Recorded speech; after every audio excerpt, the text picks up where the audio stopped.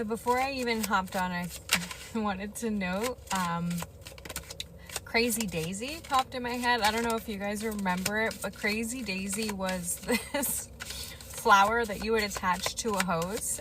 And when you would turn the hose on, it would go crazy, right? It would just go crazy, spraying you everywhere. And this collective might be feeling that. You might be feeling like you're kind of being pulled all over the place. It's like every time you try and center your energy again, it's like you're being distracted and you keep being pulled outside of yourself.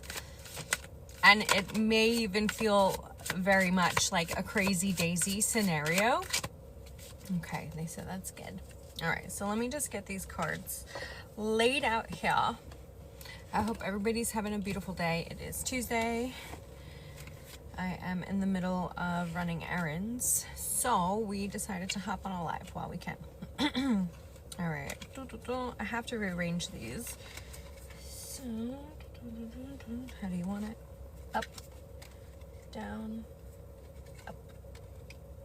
Whoosh, whoosh, whoosh. How do you want it? Up, down, up. Okay. All right. So first things first, back to my original message. So I don't know if you guys heard. So Crazy Daisy, you might be feeling like you're right now in a bit of this Crazy Daisy mood. And the reason why this is happening is because a lot of the things that we have been holding on to from the past, because we have the Four of Pentacles, we also have the Six of Cups, right? So these are things that we are quite literally holding on to from the past. And when these come forward, we're being tested. You are quite literally being tested. You are being thrown in and around so many things at this time because it's a Crazy Daisy moment. All right, what else is coming through? Some of you might even have money coming in, because when we have the Knight of Pentacles with the Six of Cups and the Four of Pentacles, this is, I said Knight of Pentacles, Knight of Swords. Okay, when we have this combination, the Four of Pentacles can also sometimes represent inheritance or like money that's been withheld finally coming through. And that could be a reason why you might be feeling this like Crazy Daisy type of energy, because you're like, I have these things that I need to get done and the finances should have been here. So it's almost like it's putting you in a delay. And it's quite literally a delay, because we have in your protagonist energy, we have the Hangman with the Eight of Swords in reverse and the Eight of Wands in reversed. Okay, so anytime we have the Hangman causes us to stop and try to view things from a different perspective. It's quite literally telling us a perspective shift is needed, okay? Part of what's needed is Eight of Swords energy and Eight of Wands energy. So we need to flip how quickly we think this is coming in, and we also need to have perspective shift on how bound we are to this situation, person, place, and or thing. Outcome energy, we have Two of Pentacles reversed, Five of Wands upright, and then the Justice card. So with this energy, Two of Pentacles reversed with Five of Wands, this is still telling me that there's still a balancing act that needs to take place, and like the justice scales are being brought to my attention. So there's like this internal battle. It could even be an external battle. You could be feeling like your external world is quite literally battling everything you're trying to do. It's like every move you make, you're like, what? Like, and then you're like, okay, let's try this, and then you try this and you're like, what? This is not working either. Like, what the what's happening? What is this energy? Okay, so if this resonates with you, let's keep going. Let us keep going. Sorry, I like to rearrange. All right. New deck, full deck. Wow, look at that. See, I just went to go grab my deck and all the cards just decided to spill. So if you are spilling things, this is quite literally like your energy is spilling all over the place. We need to clean up our energy. I feel like I may have lost a card. Yes. Hold, please. Hold, please. Do you want me to use these? Okay. So I asked if they wanted me to use the ones that separated. They said yes. So we have Strength card. Wow. And then we also have the Eight of Swords again. Five of Swords. Eight of Wands again. Five of Pentacles reversed. Very good. Hold on. We're going to keep going. King of Cups. Very good. Emperor. Very good. Chariot. Amazing. Okay. Okay. Okay. All right. All right.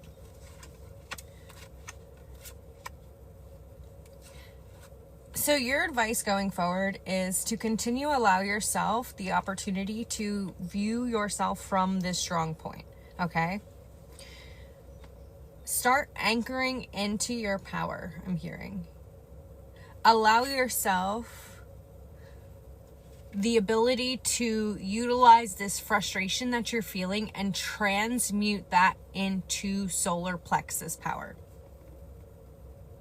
Like, you may think you're blocked, but you quite literally can transmute this. And this is why this is happening. It's like your energy is being called into these places or these situations where you're feeling like you're being pulled all over the place, because quite literally, like, these are situations that fragmented your soul or the souls of your family members, friends, loved ones, people attached to your DNA, your soul group, your soul cycle, collective karma, whatever you want to call it, okay? But these things essentially fragmented many people's souls while experiencing these situations, right? The situation is different depending on who it is receiving this message. Now, your job, you're being asked to stand quite literally in your power during these situations, okay? And recognize that, but when you stand in your power, you actually flip the energy from going so slow and or fragmented, right? You change that and you bring people out of the cold, because this came out reversed. And then you allow mastery within the emotions. You then allow mastery within the outlining circumstances within your energy field, within the situation, right? You allow the divine to come in, then you allow yourself and also others to release these burdens. And then I'm quite literally seeing somebody who's ripped apart into a million different shards of pieces. I'm seeing like an outline of a human figure, okay? But then I'm seeing a glowing aura around them. But then I'm also seeing like diamond shards of glass, like splintered off from them. Now, when you go into these places and you can feel your energy splintered off, just like that, what you're being asked to do is like center yourself in your perception, in your consciousness, in your energy, in your heart center, right? Get centered. Then view your energy or those shards of glass or diamond, whatever light you want to utilize, whatever image you need. Visualize them almost turning towards you and then reattaching, right? And filling you back up again, making you completely whole. And when that happens, I'm literally seeing like this human form turn into this diamond-like Codex. So you in turn actually, by doing this, anchor new keys of information, new soul codes, new DNA codes into the situation, into your auric field, and quite literally into the space. And thus, when you do so, anybody who then interacts with that same situation, space, experience, then has the option to transmute into that same level that you just did. They have the free will to choose that. You give them now that option to choose that which they didn't see that from the beginning. So this is quite literally why you're feeling like your energy is going crazy daisy, because you're being asked to now transmute and like bring it all back. Bring it back to source, bring it back to God, bring it back to center, bring it back to that heart space. Wow, that was like intense. That was very, very intense energy. Woo! Hold on.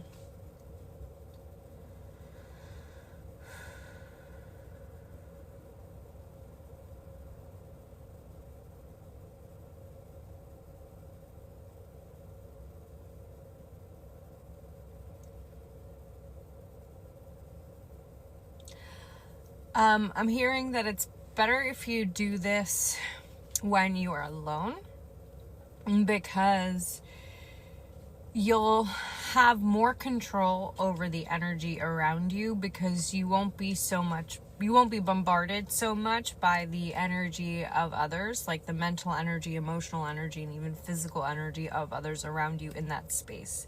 So they're saying when you are alone, right, project yourself into that location or situation, or view yourself in that energy, right? And I'm saying energy because the energy is specific to everybody. It could be like a conversation, it could be an argument, it could be an actual event, it could be a concert, it could be a graduation, it could be a wedding, it could be any of those things.